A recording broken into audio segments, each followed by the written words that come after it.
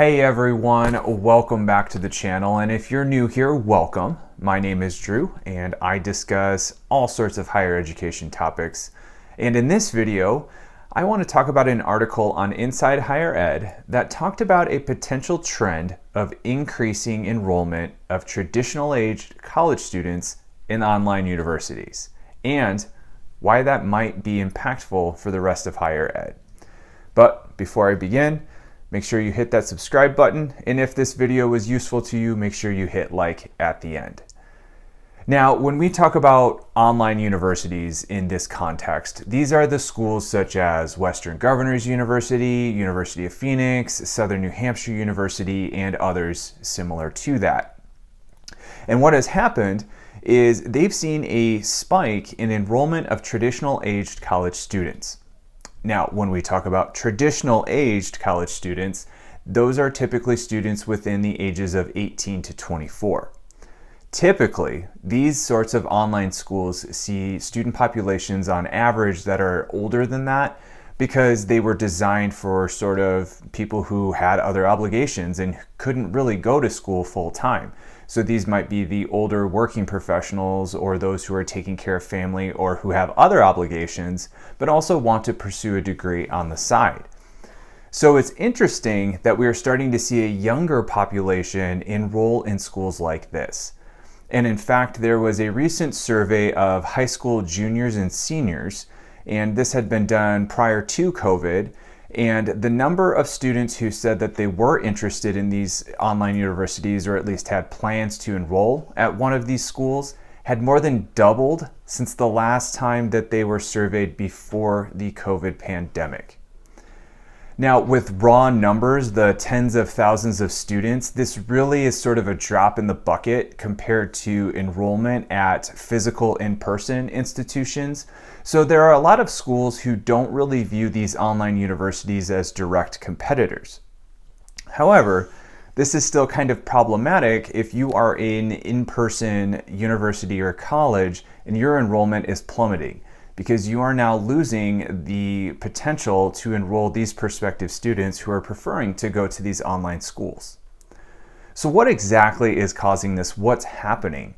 And you may already have some ideas in mind, and there is actually a team that the article referenced from Southern New Hampshire, and they came up with 4 factors that were contributing to this trend. And they largely revolved around flexibility. So first, if you are a student with health concerns or lingering health concerns where you're in and out of appointments or procedures and it's kind of start and stop with school, taking a class here, having to take time off, these online schools provide the flexibility of taking those courses so you can navigate life and still pursue a degree on the side. Another reason is very similar to that, which I had mentioned, is if you are a working professional or if you're caring for family where that is taking up the majority of your time, you have the flexibility to take these online courses through these schools, which allows for a better work-life and school balance. Another reason was cost of attendance. So typically with online universities, they do have a slightly lower overhead cost. They're not paying for residence halls and sort of recreational fees that a lot of these other universities charge. So you can get a slightly more affordable degree through these schools. And also a lot of the programs are competency-based. And what that means is with a traditional program, you would have a semester. So end of August through beginning of December is your semester. With a competency-based program, you get to move on once you have demonstrated mastery of the content in that course. So if you're taking a course, you could potentially finish that course in the middle of October and move on to the next course instead of having to wait until the end of an academic calendar with the end of the semester coming in December.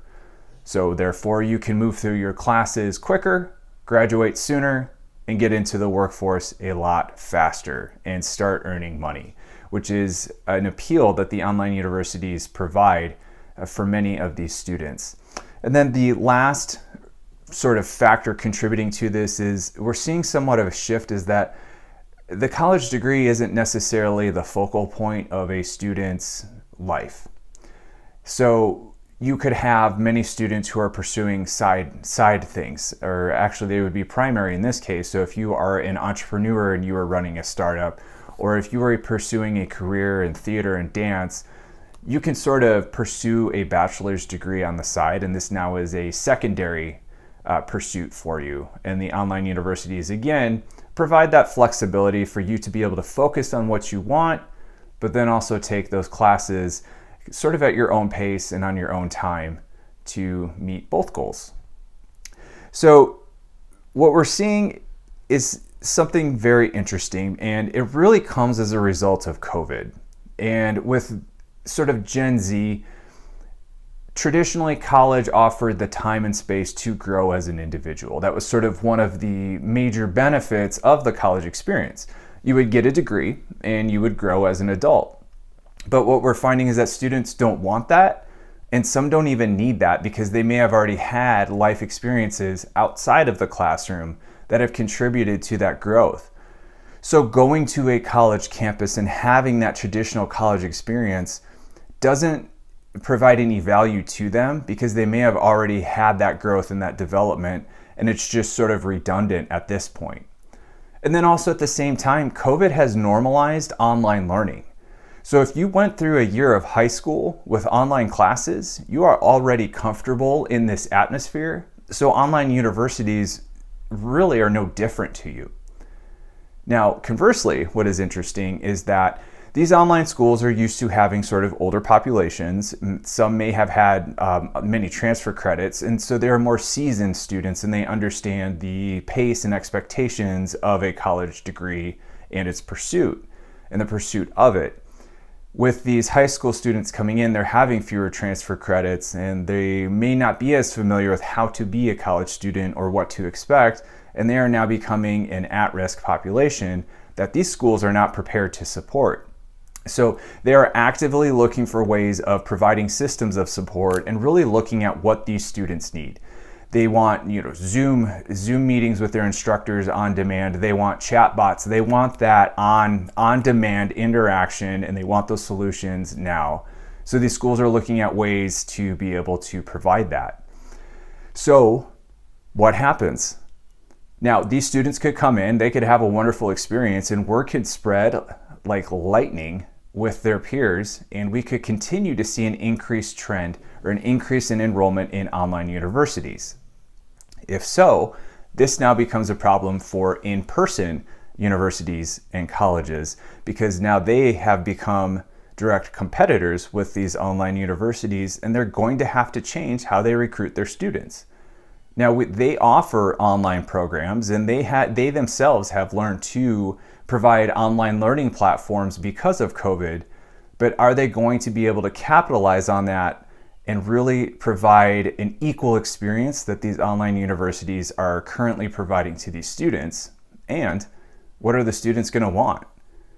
Or are we going to see these students go to these online universities, not quite have the experience that they're expecting, and then transfer to in-person universities? I think it's just too soon to tell, and it may be a few years before we actually start to see some solid numbers and be able to see a little bit better what needs to happen from both the online universities and the in-person universities.